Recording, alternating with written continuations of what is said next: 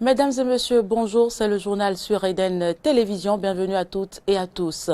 Adoption à l'unanimité des députés ce lundi 21 janvier de la loi portant code pétrolier en République du Bénin dont l'examen a démarré ce 15 janvier 2019. Le point, c'est dans ce journal. S'imprégner du niveau d'avancement de l'organisation des prochaines élections législatives, c'est l'objectif visé par une délégation de l'UDBN qui était à la Sénat ce lundi. Et puis des heurts ont éclaté à Kinshasa entre des partisans de l'opposant Martin Fayoulou et des conducteurs de taxi-moto qu'ils assimilent à des proches de l'autre opposant Félix Tshisekedi.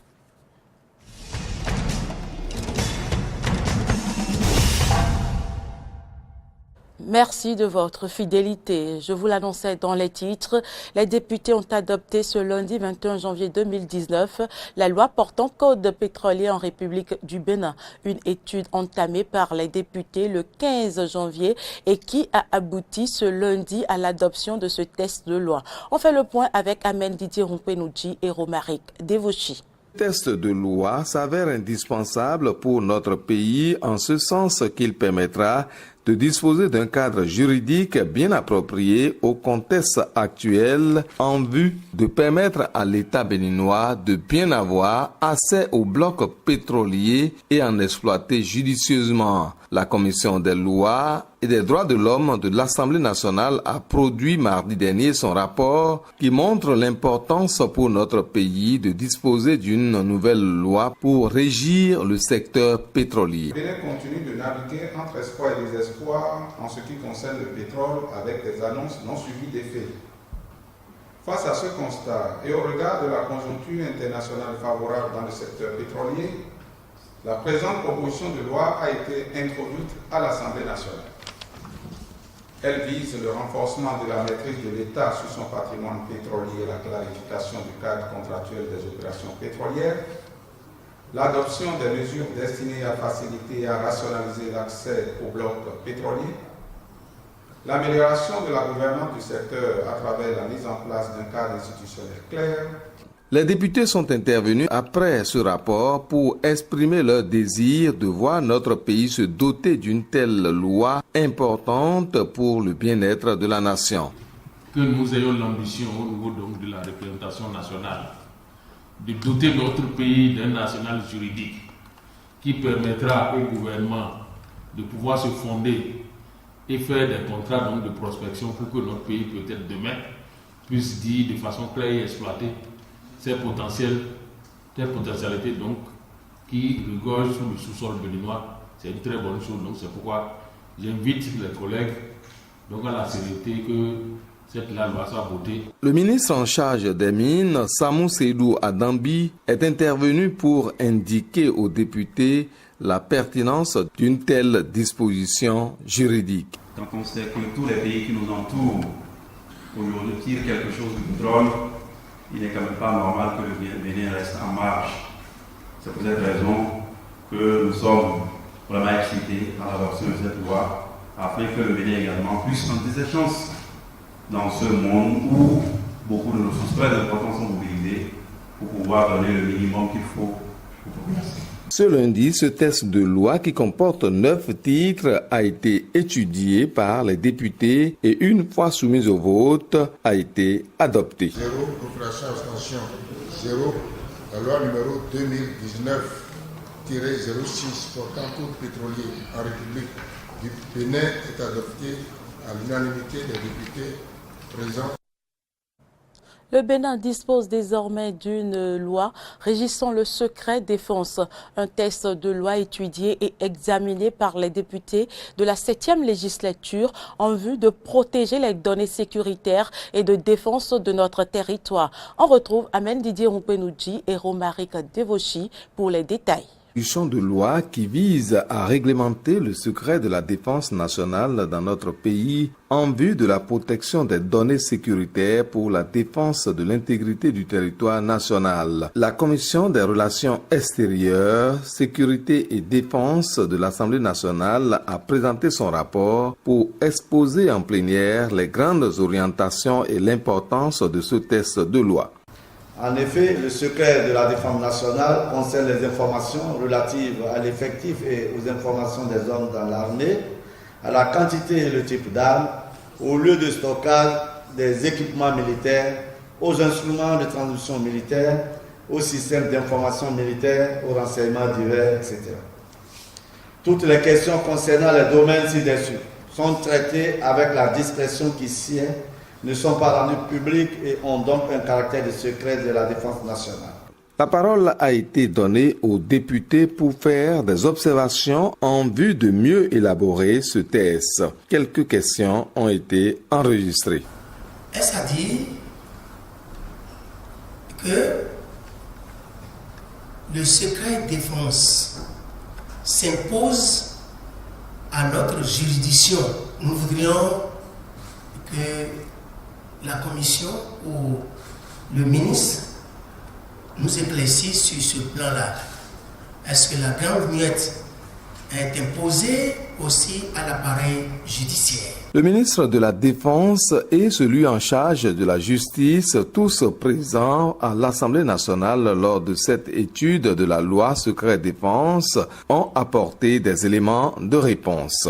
Lorsqu'une juridiction aura besoin d'une information classée secret défense selon les niveaux, il y a une commission qui juge de la pertinence ou non de livrer ce secret ou de mettre ce secret à la disposition des juges et dans quelles conditions ce secret-là pourra être utilisé par les juridictions. Le secret défense, s'il est organisé par une loi, s'impose à tous les citoyens, quels qu'ils soient, parce que nul n'est au-dessus de la loi. Et ensuite, parce que c'est la loi qui le prévoit, s'il est assorti de dispositions pénales, les tribunaux sont obligés d'appliquer les dispositions pénales. Après examen des 18 articles de cette proposition de loi portant organisation du secret défense en République du Bénin, les députés ont adopté à l'unanimité la loi 2019-05 portant organisation du secret de la défense en République du Bénin. Politique, une délégation du parti Union démocratique pour un Bénin nouveau était ce lundi 21 janvier 2019 dans les locaux de la Commission électorale nationale Sénat. Objectif, s'imprégner du niveau d'avancement de l'organisation des prochaines élections législatives. C'est un reportage signé Samson Oké, Romaric Devochi.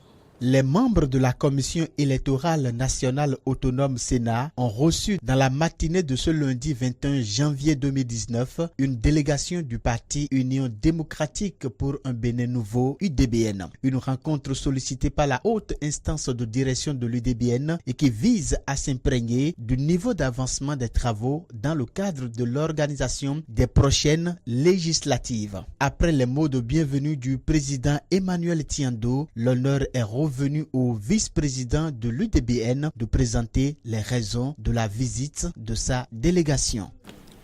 L'article 15 du Code électoral prévoit en effet que l'État met à votre disposition, à la disposition de la Sénat, les moyens nécessaires à son fonctionnement permanent et à l'accomplissement de ses missions. Donc, au rang de ces missions figure l'organisation des élections prochaines. C'est pour cela que nous voudrions savoir, en tant que parti politique, et donc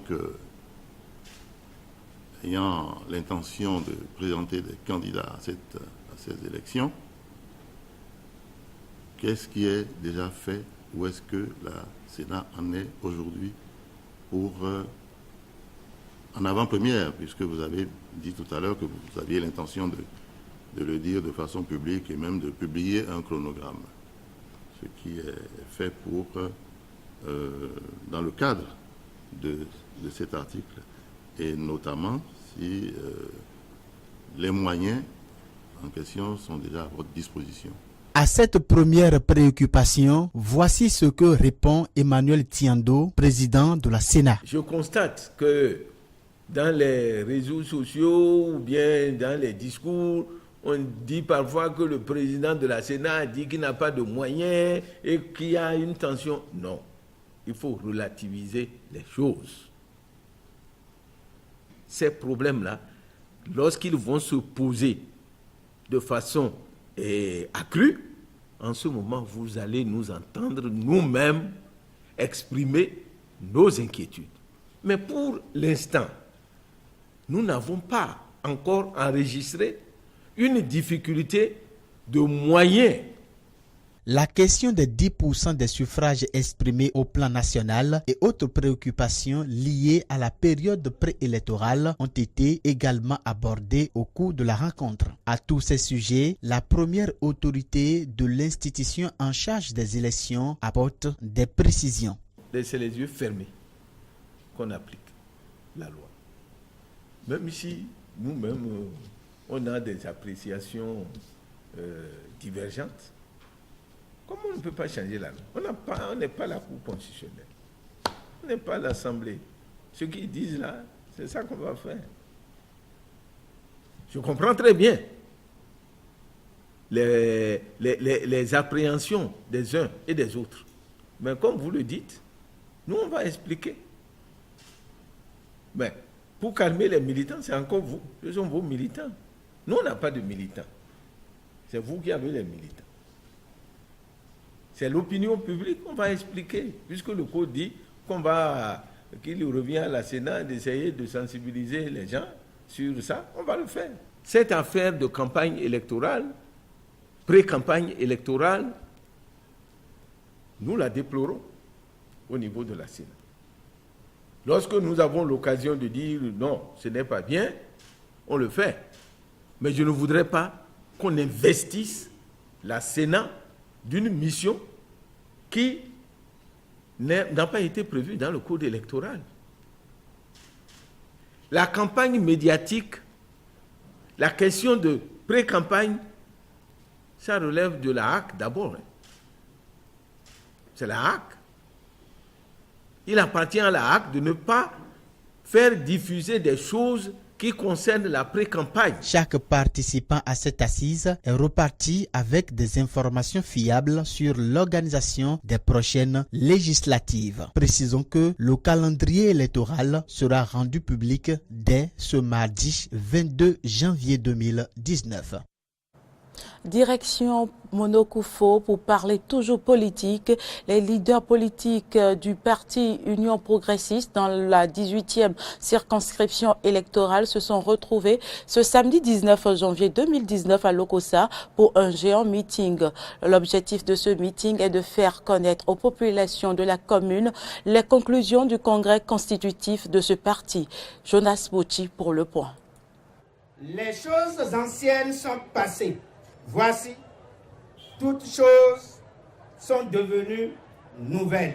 C'est par ce passage extrait de la lettre que l'apôtre Paul a écrite aux Corinthiens que je voudrais vous annoncer la bonne nouvelle.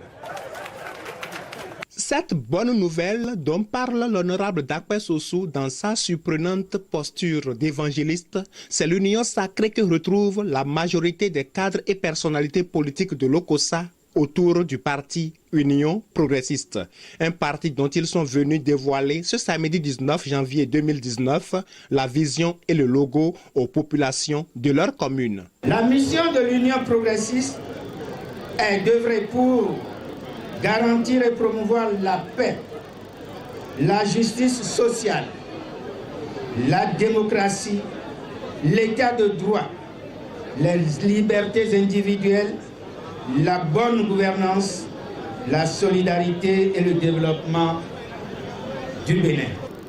La couleur du parti est le jaune. Son logo est constitué d'un baobab vert logé dans un cercle jaune et posé sur l'inscription Union progressiste que souligne un trait rouge en arc. Rodéo Menikpa et Sotel Wessou expliquent à leur tour les raisons qui justifient l'adhésion massive des populations de l'Okossa à l'Union progressiste. Chers amis jeunes, ce qui nous motive à adhérer à l'Union progressiste, c'est autre manière de gérer les affaires publiques, la transparence dans la gestion des concours d'entrée dans la fonction publique, la restauration de nos valeurs morales et éthiques, autrefois en état de déliquescence. En choisissant l'Union progressiste, je respecte un principe, celui de ne pas m'opposer au régime en place. Car un adage de chez nous dit, le pauvre n'a pas d'ennemi. Autrement dit, nous ne pouvons pas être conscients de notre niveau de développement, comme c'est le cas de l'Okossa, et choisir de faire l'opposition. Belle opportunité selon Mathurin Kofinago qui invite les rares réticents à vite rejoindre le navire de l'Union progressiste. Qui pouvait s'imaginer que ces leaders, ces fils de l'Okossa allaient un jour se retrouver ensemble, se donner la main? L'heure de l'Okossa a sonné donc et l'avenir radieux est en train de se préparer pour l'Okossa. Je voudrais que tous ensemble nous saisissions cette occasion, cette belle opportunité. Mathurin Kofinago a pour finir décerné un satisfecit à Dakpe Sossou et toute son équipe pour l'organisation légendaire de ce meeting à l'Okossa.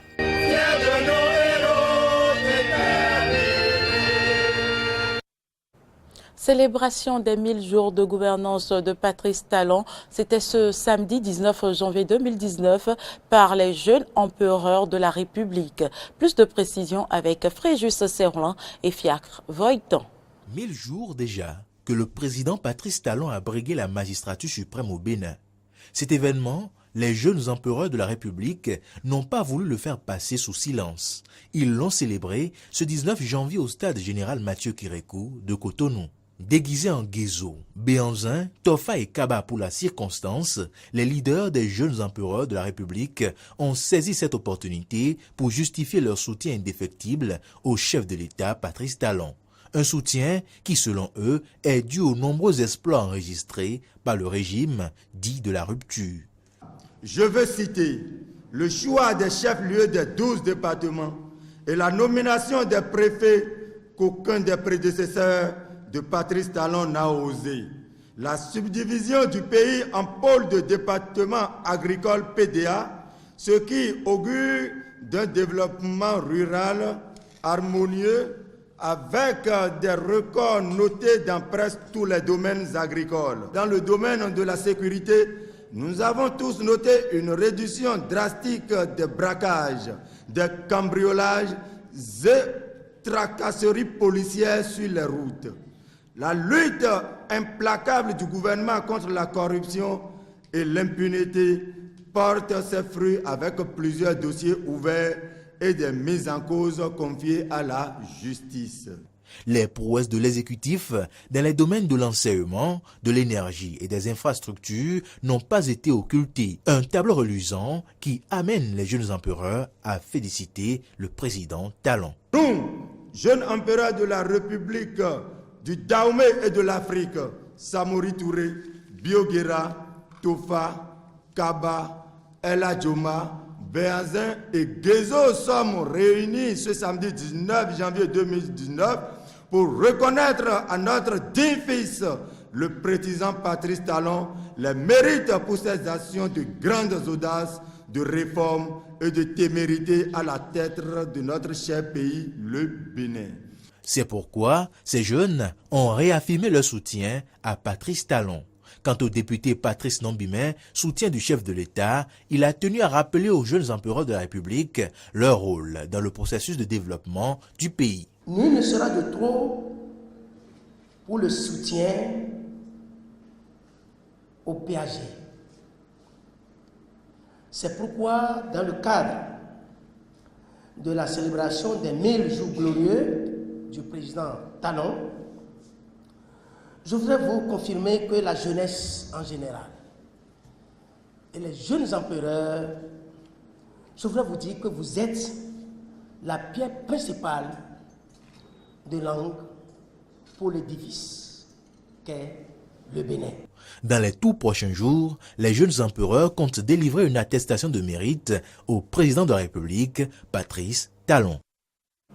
Vous le savez, le Conseil des ministres de ce mercredi 16 janvier 2019 a décidé d'exproprier pour cause d'utilité publique le domaine supposé appartenir à la collectivité Marcos et qui est à la base d'un conflit domanial à Womé.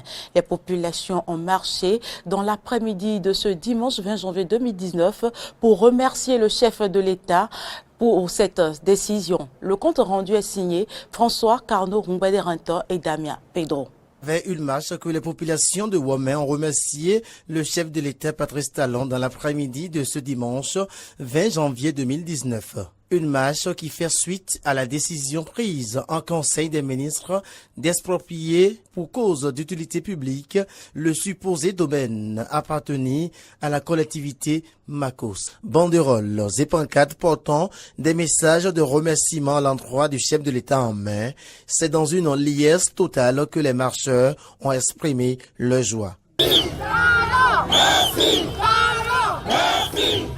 Démarré au carrefour Saint-Benoît, c'est au carrefour du marché romain qui sera désormais appelé, selon les initiateurs, le carrefour La Victoire, que la marche a eu comme pour point de chute. La mafia foncière de Womé, minutieusement préparée par quelques individus et soutenue par certaines autorités politico-administratives en complicité avec certains hauts gradés de l'armée et des hommes de droit, a duré plus de 10 ans et a engendré beaucoup de dégâts, des affrontements sanglants, de fusillades, des morts, des enlèvements de mineurs, vandalisme des biens d'autrui, des gardes à vue, des emprisonnements, des défenseurs de droits de l'homme, etc.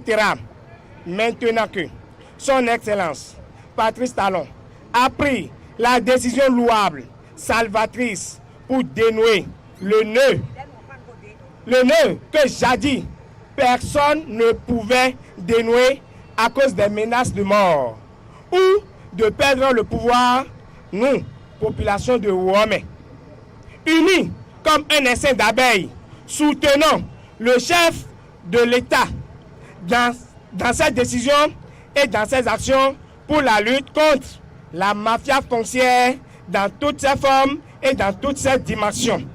Une fois encore, nous disons 1000 merci au chef de l'État, qu'il est un bon papa. À la fin, les initiateurs n'ont pas manqué de préciser que cette marche est apolitique. Actualité en dehors du Bénin, des heurts ont éclaté à Kinshasa entre des partisans de l'opposant Martin Fayoulou et des conducteurs de taxi-moto qu'ils assimilent à des proches de l'autre opposant Félix Tshisekedi, officiellement élu président de la République démocratique du Congo. On écoute. Et le président Martin Fayoulou devait s'adresser à la base, mais on a trouvé les lieux assiégés par la police, armée jusqu'aux dents. Ils ont cassé le podium, ils ont pris le bafflet, ils ont procédé à l'arrestation des 4 militants, les chauffeurs de bus. On y trichera alors. Les gens que vous voyez, ce sont des citoyens paisibles congolais qui viennent réclamer la vérité des urnes. La Cour suprême, en collaboration avec Félix Tshisekedi et Kabila, il a dupé le peuple congolais. Et nous savons bien que ces élections n'ont pas été obtenues facilement. Et voilà que nous nous retrouvons dans une situation de crise. La police... Le président gambien Adama Barrow et son homologue sénégalais Macky Sall inaugurent le pont de la Sénégambie à Farafenni. Son achèvement, après des décennies d'atermoiements, j'y arrive, symbolise l'entente retrouvée entre les deux pays. Reportage. Les présidents sénégalais Macky Sall et gambien Adama Barrow ont inauguré lundi le pont de la Sénégambie qui favorisera les échanges en Afrique de l'Ouest et dont l'achèvement après des décennies d'atermoiements symbolise l'entente retrouvée entre les deux pays. Le projet de pont, évoqué depuis les années 1970, a connu des fluctuations au gré de l'évolution des rapports entre Dakar et Banjul. Sa construction avait débuté en 2015 sous l'ancien président gambien Yahya Jammeh. L'inauguration ce lundi 21 janvier de ce pont est intervenue 2 ans, jour pour jour, après le départ en exil de Yaya Jammeh qui dirigea pendant plus de 22 ans d'une main de fer la Gambie, petit pays anglophone enclavé dans le Sénégal, à l'exception d'une étroite façade côtière prisée des touristes. Le pont, un élégant ouvrage de béton clair de plus d'1 kilomètre situé en territoire gambien, enjambe le fleuve Gambie à une dizaine de kilomètres du poste frontière de Farafeni que les deux présidents, tous deux vêtus d'un roux blanc, ont symboliquement emprunté lundi dans la même limousine.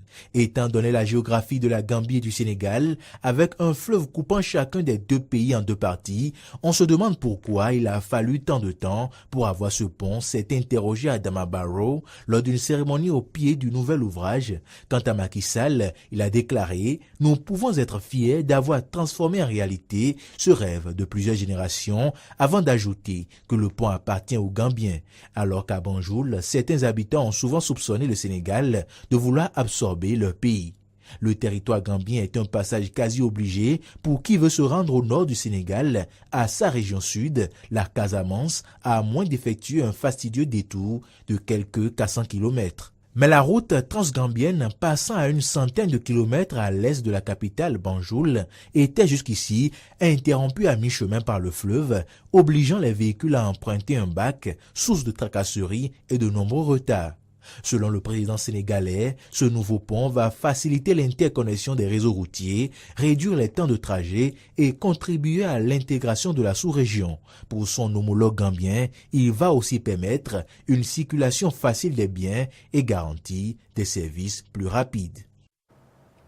L'an dernier, le Congrès américain validait 1,6 milliard de dollars de budget pour financer une portion de mur frontalier promis par le président Donald Trump pour certains habitants de Mission-Ville Tezane sur les rives de Rio Grande. Le projet signifierait la perte de leurs terres. Reportage. Et les Cavazos, cette terre au bord du Rio Grande, évoque des souvenirs d'enfance.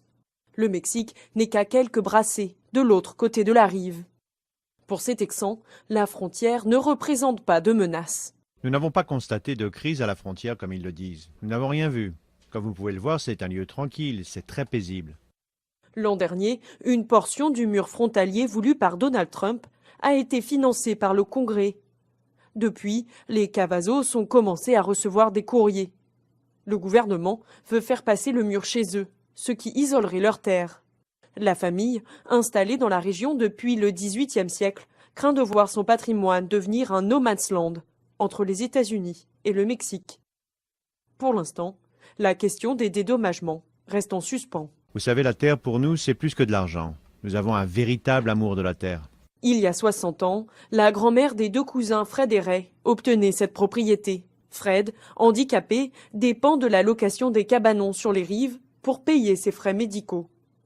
La famille veut porter l'affaire devant les tribunaux. Allouer tous ces millions qu'il demande pour faire une clôture ou un mur, et pense-t-il aux gens ici, je vais mourir à cause de sa stupidité.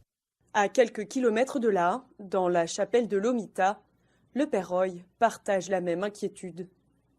Ce monument historique centenaire risque de se retrouver pris en étau entre le mur et le fleuve. Le père et son diocèse, eux aussi, ont décidé de porter l'affaire en justice. Ce mur des 2 côtés, il va nous isoler de l'église, mais ça va être aussi un symbole pour nos voisins. Ça dit, nous avons peur de vous et nous pensons que vous n'êtes pas bons. Nous ne voulons pas de vous ici. La symbolique est assez horrible. Sur les rives, les restes d'une tentative de passage de clandestins. La frontière est devenue un enjeu national qui déchaîne les passions. À Dublin, les réserves d'or s'accumulent à mesure que la date du Brexit approche, car de nombreux investisseurs nord-irlandais s'inquiètent d'une sortie du Royaume-Uni de l'Union européenne sans accord et d'une chute brutale de cours de la livre. Reportage. Serrures renforcées, lecteurs d'empreintes digitales. Dans ce sous-sol d'un immeuble de Dublin, on ne plaisante pas avec la sécurité. Et pour cause. Ce coffre-fort abrite les lingots d'or de la société irlandaise Marion Vault.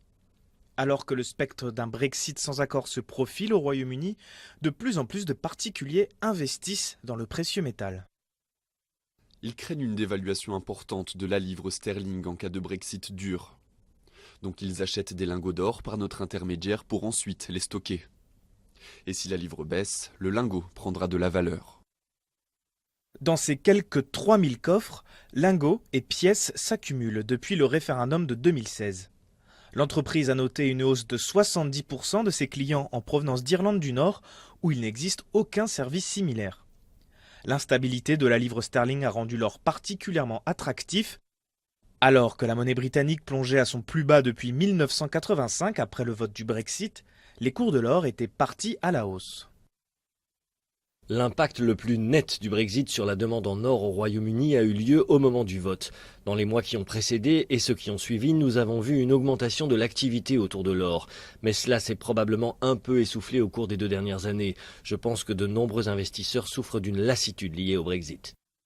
Si le futur de l'Irlande reste au cœur des négociations entre le Royaume-Uni et l'Union européenne, les investisseurs espèrent, eux, réussir à transformer le Brexit en un plan en or. Fin de ce journal, merci de l'avoir suivi. Nos informations sont aussi à suivre sur les réseaux sociaux, Facebook et Twitter et sur notre site internet benin-eden.tv.